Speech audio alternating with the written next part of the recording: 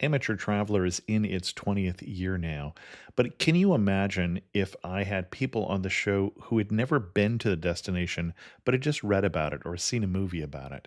That wouldn't make any sense at all, and you wouldn't listen. We all know how important it is to receive advice from people who know a destination to get the most authentic local experience. And a great option for experiencing this is Explore Worldwide and their authentic small group adventures, led by local tour leaders, perfect for solo travelers who want to meet like minded people with a desire for adventure. I'm often an independent traveler, but two of my last three trips were with small group tours because they organize everything and it's a lot easier. If you want to recreate the tour I did to Malta, they have a Malta and Gozo Discovery Tour. I'm intrigued by one of their tours called A Taste of Sicily. The company again is Explore Worldwide, and visit exploreworldwide.com to learn more. And thanks to Explore Worldwide for sponsoring this episode of Amateur Traveler. I got my bags packed, I'm on a roll. I'm heading out there and I'm ready to go. Looking real good in my passport photo. Amateur Traveler, episode 593. Today, the Amateur Traveler talks about mountains and markets, monasteries and zongs, and gross national happiness as we go to the Kingdom of Bhutan. I know that I should be heading home, but maybe not today. Welcome to the Amateur Traveler. I'm your host, Chris Christensen. No sponsor today, so we'll jump straight to the episode and talk about Bhutan. I'd like to welcome back to the show Beth Whitman, from the Chief Wanderer at wanderlustandlipstick.com, a friend, a tour guide, a podcaster, and blogger and author who has come to talk to us about Bhutan. Beth, welcome back to the show. Oh, thanks so much, Chris. It's great to be here. It's been quite a while, but if you look back in the archives, you'll find it. I think one other episode we did together on solo travel to India. Ironically, since the last show we did was about India, Beth is one of the people I know who has fallen in love with that country. But then you also fell in love with a country just north of there. I did indeed. Bhutan, the Kingdom of Bhutan. And you have been to Bhutan how many times now? Gosh, I've only been 11 times at Okay. this point. I remember hearing about this woman years ago, and she had been to Bhutan 8 times. And I thought that was just amazing, just incredible. And now here I'm looking back, and I go back almost every year, and it is a place that I have fallen in love with and continue to return to.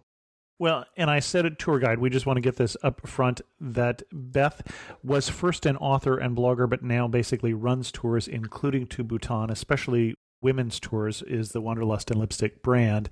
I'm not getting any cut of anything. I just brought Beth on because I know she knows this country and loves it. So why should somebody go to Bhutan? It's a kingdom. For those who don't know, because many people, when I tell them that I'm going to Bhutan or I've been to Bhutan, they say, where is that? So Sure, yeah. Bhutan is a country that is nestled in between Northeast India and Tibet. And for much of its kingdom, it has been pretty much untouched and almost off limits to foreigners. And it wasn't until 1974 that the country opened up and started allowing visitors pretty much on a regular basis. I think that first year they saw under 300 people traveling to the country. Like, tourism has definitely developed since that time frame, like since 1974.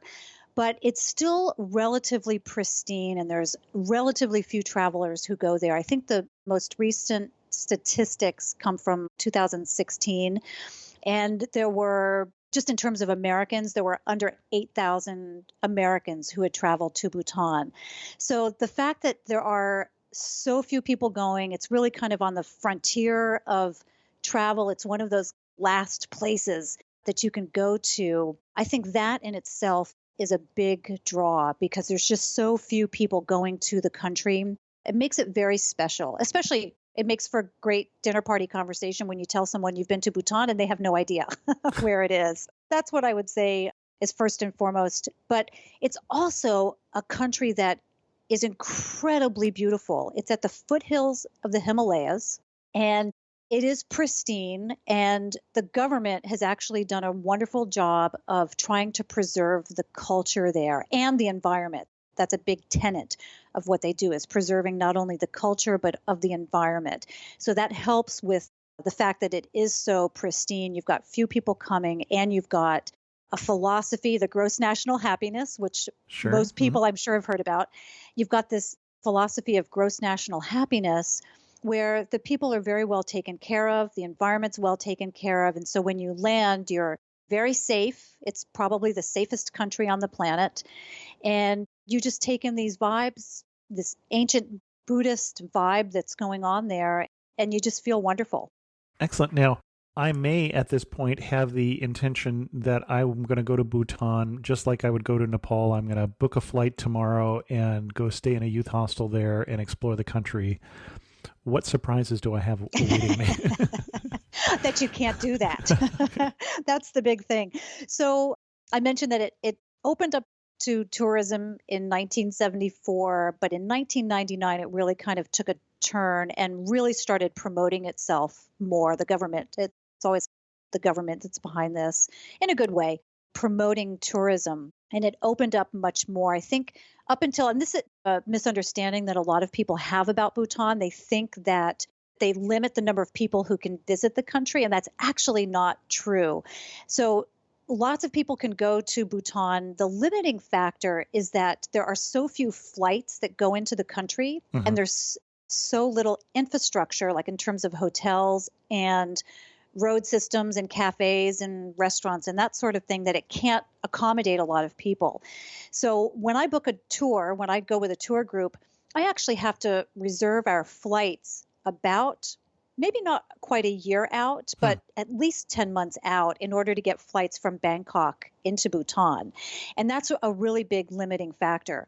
So you, Chris, you want to go off to Bhutan, you can do it. You can't stay in youth hostels. You do have to work through a tour operator who can make the arrangements for you in terms of getting your flights, getting your visa, and then getting a driver for you, and then making the reservations for the hotels. It would warm my heart greatly if I could just land in Paro, where the airport is, and hop out of the plane and start looking for accommodations and make my way across the country. I think that would be a wonderful way to do it, but you just can't. There's not enough accommodations.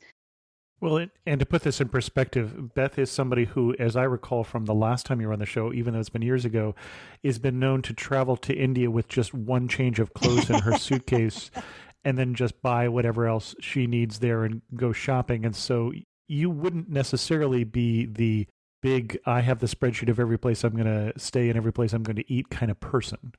No, I'm not. No. And that's so funny that you remember that, because that is exactly how I love to travel, is very simply. And you can travel to Bhutan very simply. I just bring a carry-on when I go, but you do have to have things laid out, because if you arrive in a town, especially at festival season, it's highly likely that that hotel is going to be overbooked or it's going to be full and you can't get in. So you're going to be stuck. So you do need to have some prearrangements in terms of that. I thought, and this is where you can correct me if I'm wrong, that there was a minimum dollars per day that is expected from a trip to Bhutan, that I shouldn't expect to travel for $20 a day in Bhutan. No, that's the other thing too.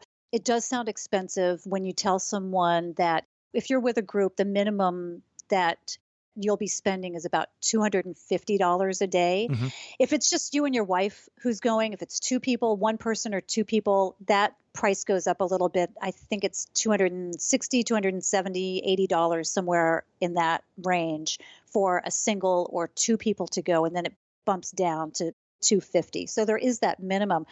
But the thing is that with that, you're getting your accommodation, you're getting all your food, 3 meals a day plus some, and you're getting your guide and your driver, a car, vehicle, all that stuff. Okay. But it's just going to be a very different experience than the Thailand, Chiang Mai sort of thing. So just know that up front. Absolutely. And that's all how the government wants to preserve their culture and their environment, because they've seen what has happened in Nepal and in India. Right. So they're trying to hold on, preserve that culture, and just limit the number of people by having that high value, low numbers. Yep. So that being said, all those caveats aside, I'm in Bhutan. What am I going to do? The interesting thing about Bhutan, and I mean this in a really wonderful way, is that there aren't a lot of things to do per se. There's not a lot of activities. In the sense that there's not a list of 20 sites that I have to see in Bhutan. Well, you know what? There may be a list of 20 things to see, but it's only 20 things. Okay. And you will have seen everything. I say that half jokingly. There are companies who are running river rafting trips, so you can do some more adventurous things now. I know Back Roads is running bicycle trips. So there are some things that you can do. And trekking. Trekking is really big. And that's one of the things that I do are the big treks there. There is that. But for a person who maybe has a week to go, and really a week, 11, 12 days is really best, because with 11 or 12 days, you can actually get to the central part of the country where the heart of Buddhism is. That'll get you into halfway through the country and then back. But if you've got, let's say, a week to 11 days, you're going to be seeing some of the most gorgeous temples in the world. You'll be seeing, there's a valley there, Pobjika Valley, and it's where the black-necked cranes come down from Tibet in the wintertime, and they come and spend their time. It's about 4 months or so that they spend there. And there are birders and photographers that come from all over the world to photograph that and to birdwatch that region. But so much of it is about the Buddhism, the culture, and the festival. So many people go and they arrange their time around visiting one of the big festivals. And all of the monasteries have a festival at some point in the year.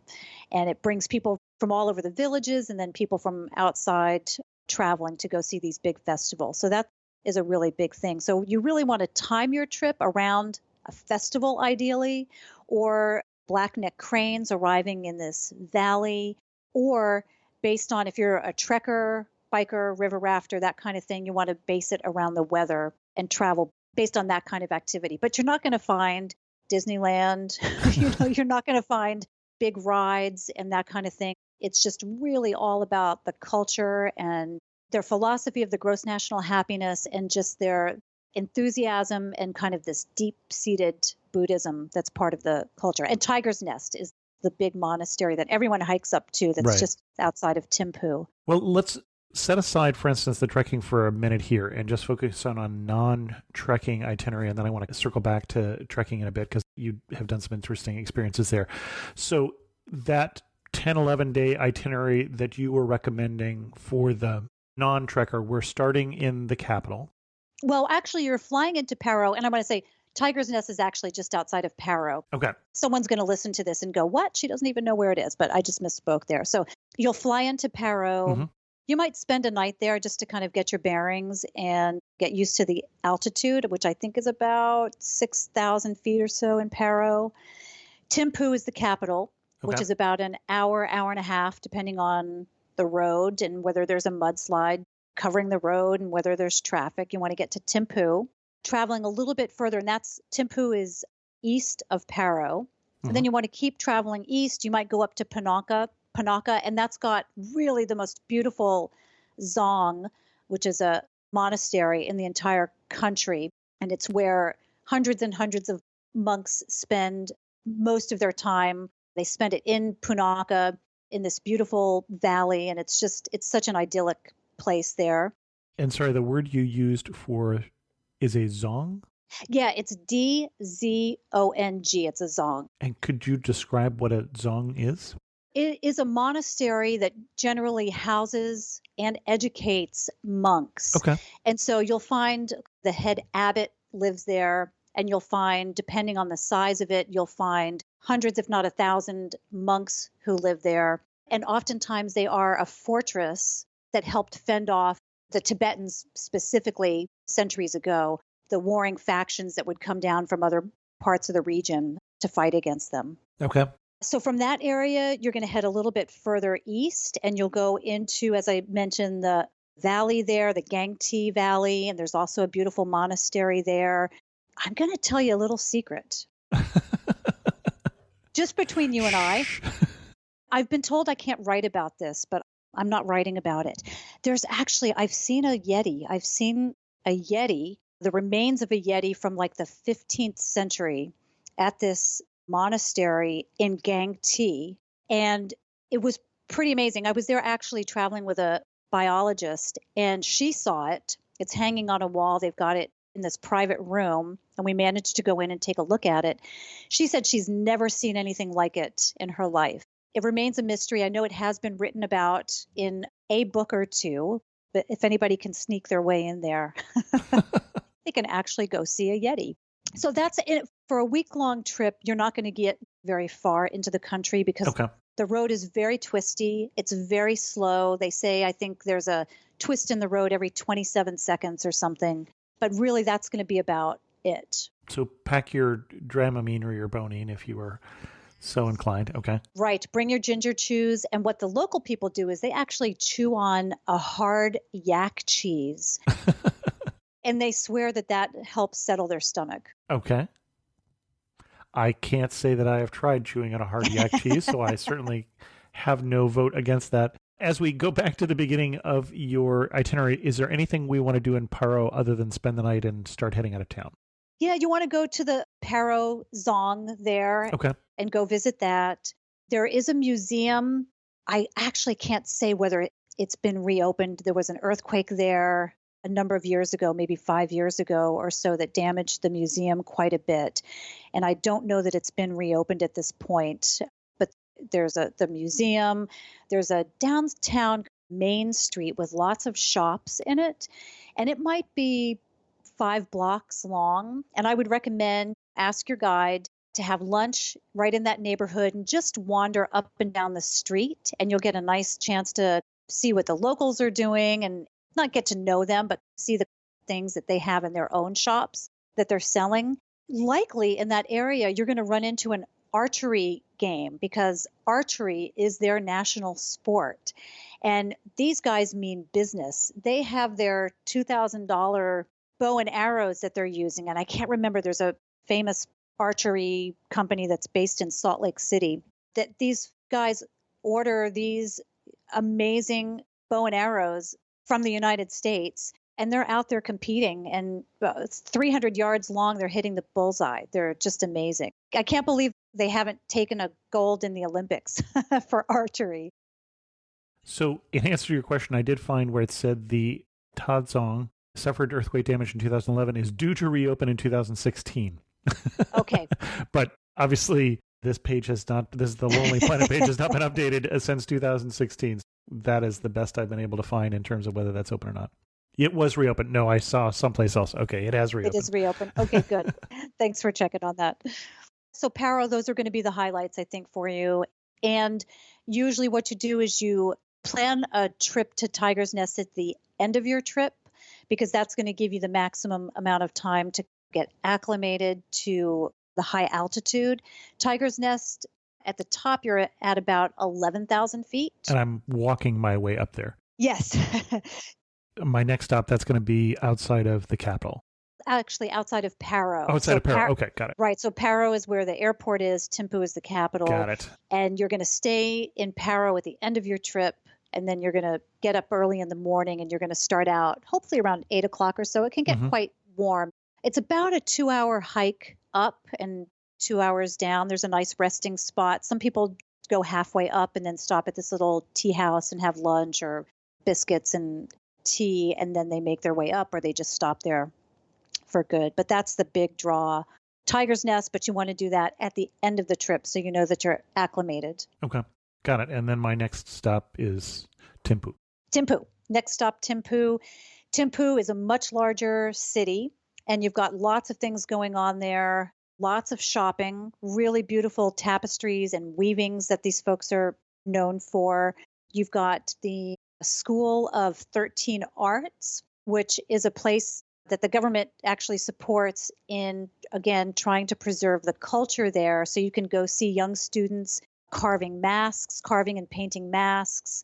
They're doing weavings, they're painting, they are sewing. I think they're doing clay masks there as well. But you walk through this whole area and you get to see all the different artwork that they're working on. There's a traditional medicine not a hospital, but kind of a clinic. And you can Mhm. go there and you can talk to someone just about anything that ails you, and they'll give you traditional medicine for it. And is this more like Chinese medicine, more like Indian medicine, a unique variety? Right. It's more like an Ayurvedic or a Okay. Chinese medicine. So it's 2,000-year-old Mhm. practice. And they'll give you little pellets or they'll give you herbs and Or spices to take. possibly yak cheese. I don't think they have yak cheese. The yak cheese you buy on the side of the Okay. street for $2 or something. Yeah. But yeah, lots of things to do in Thimphu, and it's constantly developing and changing as well. So there's a whole section where they've got outdoor vendors now set up. And again, they've got archery tournaments. There's a big soccer field, and you can go see the guys play soccer. Really, just a whole breadth of things to do. And of course, the Thimphu Zong as well. So you can go see another temple and monastery there.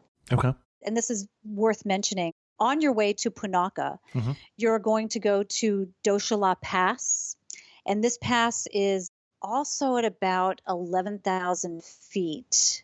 I think it's one of the higher passes that you'll go over. So you'll go at about 11,000 feet. You always stop there. They now have a nice little restaurant and tea shop, but it's where there are 108 small buildings that are called chortens, Chorten. Mhm. And these were created by one of the queens, one of the former queens, in honor of her husband and the people who had fought against the Indian army probably 20, 25 years ago now. So in pretty recent history, but they were fighting in the eastern part of the country near Nagaland and the northeast part of India.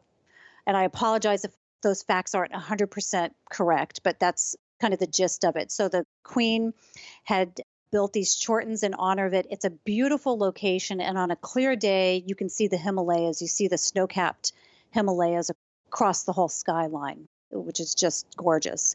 I will say that in general, you're going to have a little bit better weather in the fall Okay. because it's after the rains.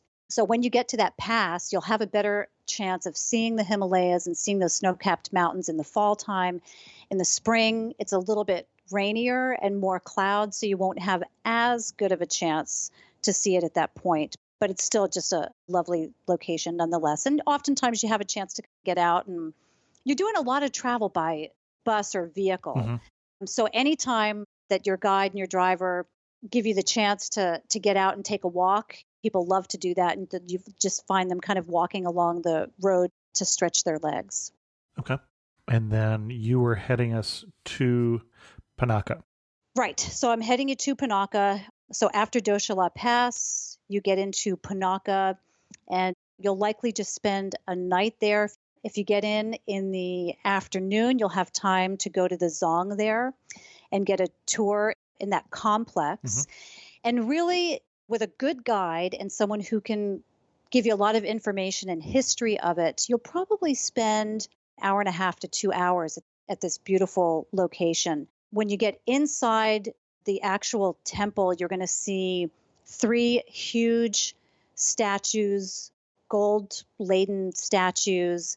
And if you're lucky, you'll get to see hundreds of young monks in there chanting and praying. And then along the side of the walls of this temple, there's about 1,000 golden Buddhas that are up along the side. So it's just, and you can't take photos. That's the thing that kills me is that when you get into these temples, they are so beautiful, but you can't take photos. Is that a general rule inside the temples in Bhutan? It is indeed, right. So it's so unfortunate because I'm always so tempted, but it would just be such bad karma if I did that too. It is really in my opinion, it is the most beautiful temple and Zong complex Looks to me a bit in like the entire the country. Lhasa Palace in Tibet. Oh, the Patala Yeah. Palace. In a way, it has similar architecture, Uh-huh. but and I haven't seen the Patala in person, but I think that it's just much smaller than that, Okay. but it does ring of that. But I think a lot of that Buddhist architecture that you're going to find also in Northwest India, like in Ladakh and up in that area, Mhm. you'll also find it throughout Bhutan, and you're going to find it in Tibet as well. That is a good point, but really gorgeous architecture. From there, you'll continue on the road and you'll continue east. And that's where you're going to get into the Gangti Valley. And again, if we're talking about probably a week-long trip, you're going to stop in the Gangti Valley. There's going to be some really nice walks that you can take there. If you're not on specifically a trekking trip, you can at least take a really nice walk through the valley there and spend a little bit of time. There's some lovely hotels there that sit on the mountainside of this valley. So on the side, you can look down into the valley, and it's a great place to just kind of take it all in and just kind of relax there. Again, not a lot to do unless you're out being active and walking around. No real sights to see per se, except for the temple where you're going to find the Yeti, where the Yeti's hiding. But don't tell anyone. And don't tell them I told you either. We will certainly not do that. Yeah. Okay, good. Now, you mentioned this being a valley.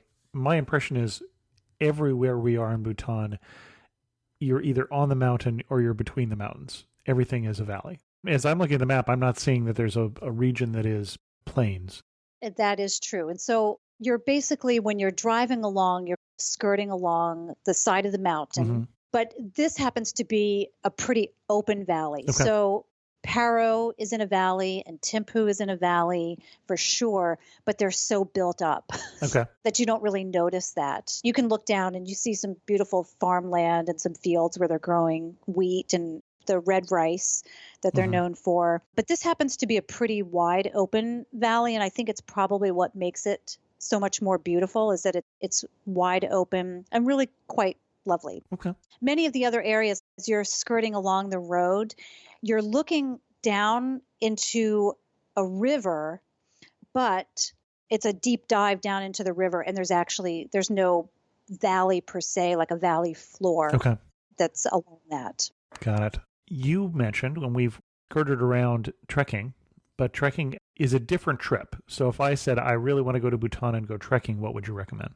It depends on how much time you have. And it depends on the time of year. There is a great guidebook that I'm just going to give a shout out to. It's the Cicerone Bhutan, a Trekker's Guide. So Cicerone is the publisher for it. And it's probably the best trekking book that's out there. Now I go and I do it's called the Snowman Trek. It's a 25-day trek that actually goes from Paro to the center of the country into Bumtang. It's 220 miles total. And it goes up pretty close to the Tibetan border. So up north. It's called the most difficult trek in the world, and it's up to 18,000 feet. I don't expect everybody to do that. So send me postcards is really what you're saying. Yeah, if I could find a post office, I would. Actually, the Snowman Trek is also broken into small segments, so you can take a 7-day trip or a 10-day trip, and then there's trekking all over the country as well. The most developed area is actually closer to the west. And least developed. There are treks on the east, and I've done some trekking on the east as well, coming up through northeast India. It makes sense because you're flying into Paro, but you've got a lot of nice little trekking areas that you can go to in the west area. Gaza, the village of Laya, which is up like close to 12,000 feet, is just stunning. You can get to those pretty quickly as well. Now, I think last time I saw you were getting ready to do the Snowman Trek, and you were getting ready to do it carrying around a large backpack full of equipment from Google. Do you recommend that everyone does that? Or No, as a matter of fact, that never panned out. Well. But it's an interesting story. So I was going to take that big 360-degree Google Trekker. It's a 40-pound camera that photographs your surrounding, and I'm sure you can Google it, as a matter of fact. And strangely enough. Yeah, isn't that weird? You can see these beautiful photos from around the world in these remote places. But the Bhutanese government wouldn't let me in, wouldn't give Google permission to bring this piece of equipment in to take photographs of it. So I think that, one, it was probably part of their not understanding what it was. The fact that they're kind of on the low-tech side. There's not widespread Wi-Fi. And when there is Wi-Fi available, it might be available, but it doesn't work, and it's down in the whole country. But also, I'm just glad we never were able to take it, because I think it would have been really dangerous. I wouldn't have carried it myself. We would have had a guide carry it. It's 40 pounds, and the trek is pretty treacherous. Like there are some areas that you could basically slide off the side of the mountain. And I wouldn't want to be responsible for having somebody carry a 40-pound camera. It's just dangerous. So I'm glad that didn't work out. Okay. So those of us who thought you were crazy weren't entirely misplaced there. Okay. That's not the first time I would have been called crazy. What else should we know before we go to Bhutan? What surprises are we going to run into? One of the things that I would recommend to folks is it's not very developed. Mhm. So it's very difficult and very expensive to get things into Bhutan. A lot of them are coming from China. A lot of them are coming illegally over the border. And then many things are being imported from India or Nepal. And if your camera runs out of batteries, as an example, and you've left the capital and you're headed east, you may not be able to find batteries again for your camera. And so it's little things like that we take for granted that, I can just go pick up a spare battery at the Mac store. It is not possible. The other thing is that there is cell phone service throughout the country, yet it's probably not compatible with your cell phone company. So I have AT&T, and usually when I travel, I get I think it's called a passport program through AT&T, and I pay $40 or $60 for my travel so I can get access to my data. They don't have a partnership with anyone in Bhutan, so you can't get on the local network. Okay. And so if you're making a phone call, it's like $3 a minute or something. That's like travel 25 years ago, when you were trying to make a phone call from Vietnam and it was $4 or $5 a minute or something. So those kinds of things are that people should know in advance. That tell your friends and your family that you're going to Bhutan, you're probably going to be offline. If they do hear from you, bonus. But if they don't, not to worry. It just means that you're basically going to be off the grid. Okay. Anything else we want to know before we get to some of our wrap-up questions? I will say that the Bhutanese people are some of the kindest, most beautiful inside and out people in the world. Bhutan, I feel like, is the safest country that I've ever been to. One time I actually went to the Punakha Dzong and I had a video camera with me, and I left it on a little wall as I was maybe taking a photo or something. And I went back to the bus and I thought, where's my camera, my video camera? And I went back and it was still just sitting there. That doesn't happen in every place in the world. Might have gotten picked up elsewhere. So really just the people are really quite wonderful. And I just can't stress that enough, is that you read a guidebook, you read an itinerary, and it can't fill in all of the wonderfulness that is Bhutan. Like you land in Bhutan, I can't tell you how many people land in Bhutan at the airport. They get off the plane and they just start crying because it's just so incredibly gorgeous. It really, really is. One question we ask occasionally is, when did it feel closest to home and when did it feel furthest from home? Toto, we're not in Kansas anymore. I call her my sister. Her name is Chuki. And I think meeting Chuki, and she was my guide on my second trip there, I think back in 2009 that's a really interesting feeling when you meet someone from another country and you just think, you're my sister. I know, like in another life, we are sisters.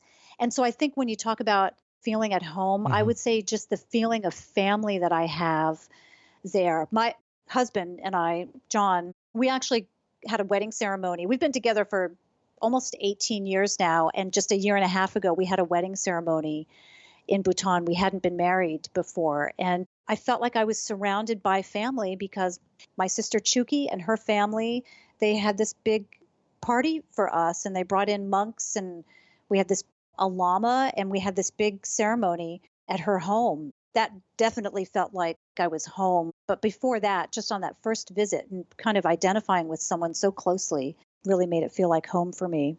And the opposite end, most foreign. Boy, I don't know. I have to tell you, I'm a Buddhist practitioner. There's something about that, being in a Buddhist country, where I almost just feel at home automatically. Okay.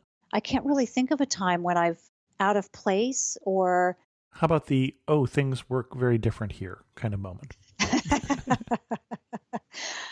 I'm going to tell you a positive story about how Sure. that works. So, on one of my trips, it was one of the longer road trips that we were making in a day. So, we might have been traveling by road for 6 or 7 hours. So, we had left our hotel in the morning and we got to our hotel. It was actually in Paro, got to our hotel in Paro.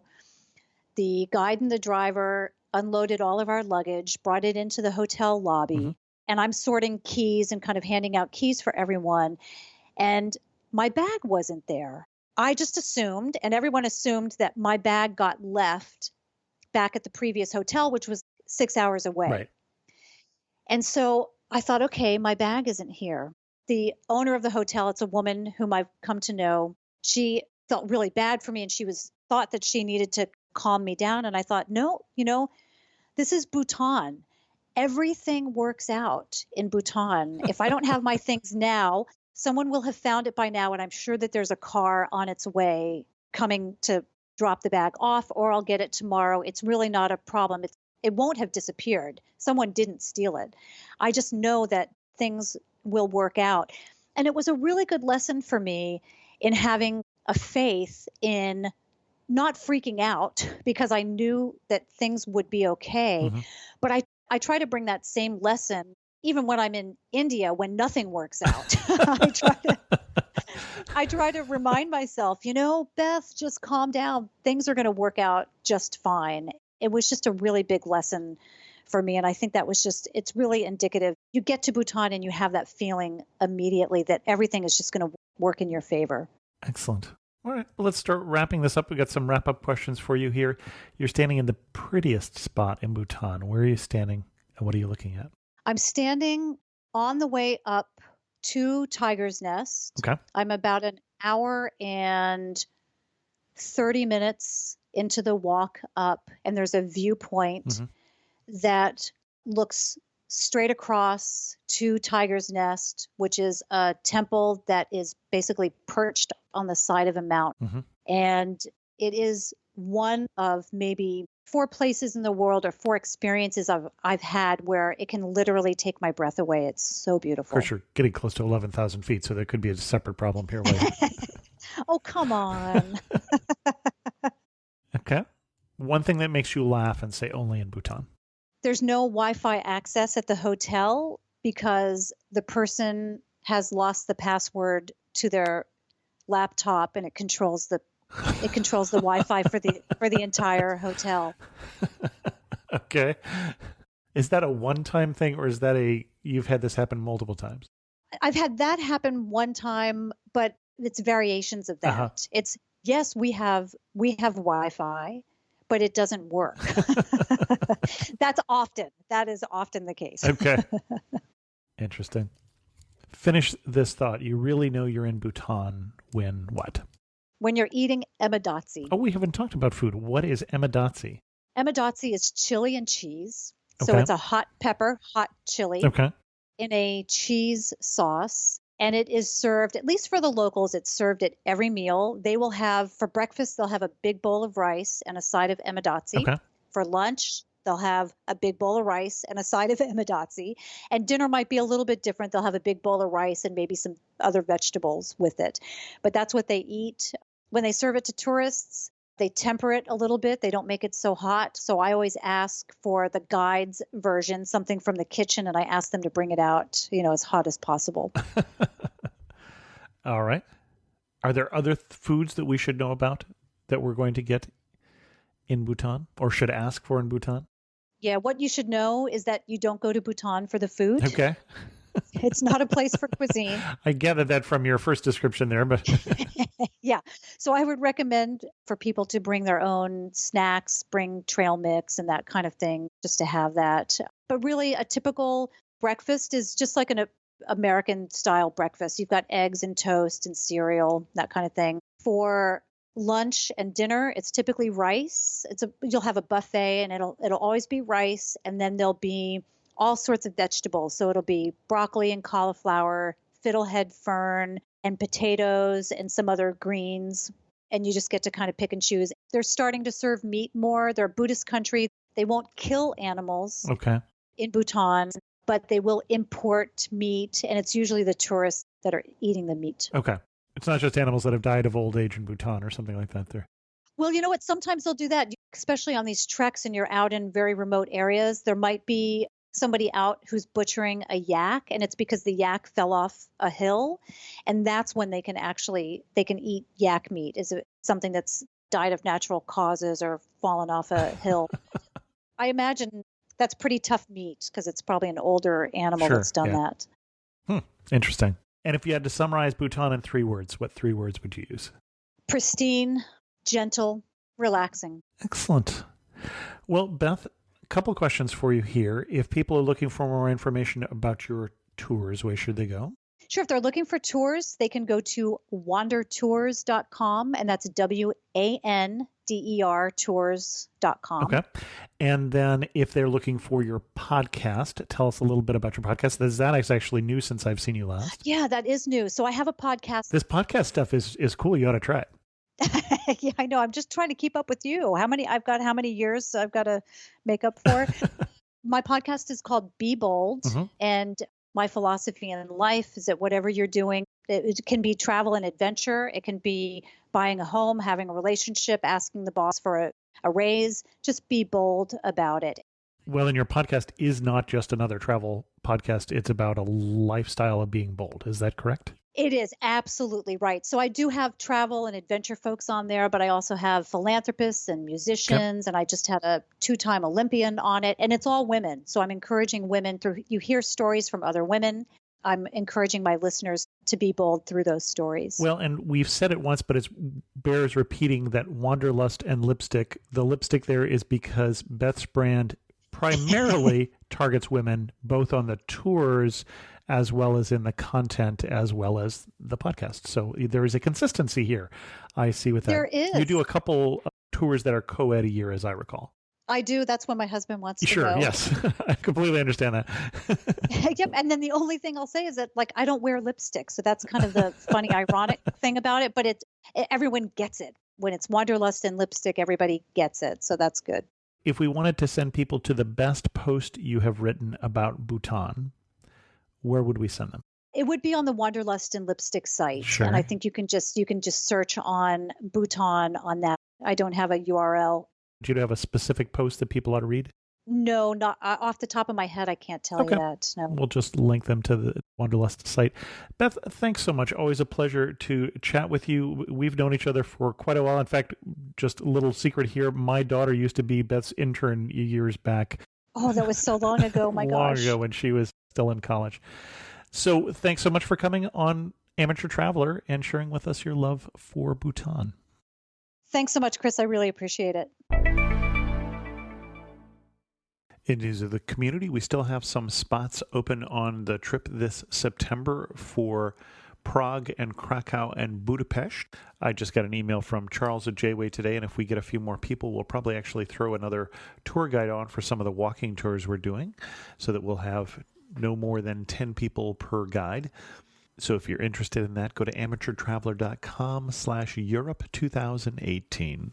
Just looked at the numbers for downloads of the show for January here of 2018, and it was the best month ever, breaking 250,000 downloads for the Amateur Traveler with 263,000, and that beats the previous record from last summer, which was a little over 200,000. So that's been an interesting month.